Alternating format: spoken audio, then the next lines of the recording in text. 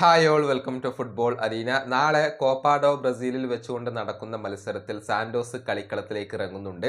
എതിരാളികൾ CRB ആണ്. നാളെ രാവിലെ ഇന്ത്യൻ സമയം 6 മണിക്കാണ് ഈ മത്സരം നടക്കുക.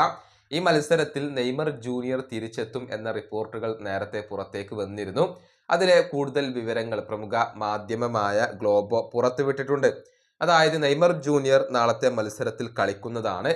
പക്ഷേ അദ്ദേഹം സ്റ്റാർട്ട് ചെയ്യില്ല. വളരെ ലിമിറ്റഡ് ആയ ഒരു സമയം മാത്രമായിരിക്കും അദ്ദേഹം കളിക്കുക. അഥവാ കുറഞ്ഞ ഒരു സമയം മാത്രമായിരിക്കും നെയ്മർ ജൂനിയർ കളിക്കുക. ക്ലബിന്റെ പരിശീലകനായ ക്ലബർ സേവിയർ ഇപ്പോൾ ചില പ്ലാനുകൾ തയ്യാറാക്കിയിട്ടുണ്ട്.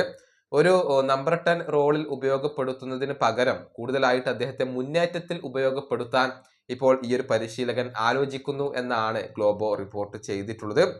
മാത്രമല്ല നെയ്മർ ജൂനിയറുടെ കാര്യത്തിൽ പുതിയ ഇഞ്ചുറികളുടെ റിസ്ക് ഒഴിവാക്കുക. അതുകൊണ്ട് തന്നെ പതിയെ പതിയെ അദ്ദേഹത്തെ തിരികെ കൊണ്ടുവരിക എന്നതാണ് ക്ലബിന്റെ പ്ലാൻ. പൂർണ്ണമായും ഒറ്റയടിക്ക് അദ്ദേഹത്തെ തിരികെ കൊണ്ടുവരാതെ പതിയെ പതിയെ അദ്ദേഹത്തെ തിരികെ കൊണ്ടുവരിക എന്ന പ്ലാനോട് കൂടിയാണ് സാന്റോസ് ഇപ്പോൾ മുന്നോട്ട് പോകുന്നത്.